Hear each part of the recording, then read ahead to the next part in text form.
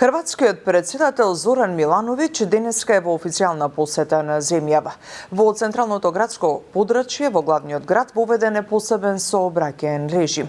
Хрватскиот председател беше пречекан со највисоки државни и воени почести, пошто ќе следи тет-а-тет средба со председателката Гордана Силјановска-Давкова. Ивана Стојановска е таму во Вила Водно. Ивана, каква е агендата за денеска на хрватскиот председател? Да, токму така, Тања, како што најави и ти, хрватскиот председател Зоран Милановиќ веќе пристигна овде во Вилата Водно и во моментот во теке тет-а-тет средбата помеѓу Милановиќ и неговата македонска колешка, односно председателката Гордана Силјановска-Давкова. На агендата на хрватскиот председател Зоран Милановиќ по завршување на тет-а-тет средбата е предвидено заедно со хрватската делегација да остварат пленарен состанок со македонската делегација.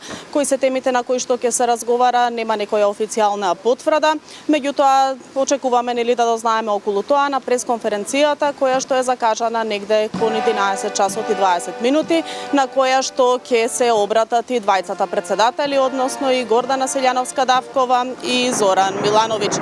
Во рамки на еднодневната посета на хрватскиот председател предвидено е тој да го посети и гробот на македонскиот револуционер и великан Гоце Делчев и да положи венец на неговиот гроб, на неговото вечно почивалиште, а како што не информираа од владата, по завршување овде на агендата и на средбите со председателката Гордана Силјановска-Давкова, Зоран Милановиќ ќе оствари и работен состанок, односно работна средба со премиерот Христијан Мицковски.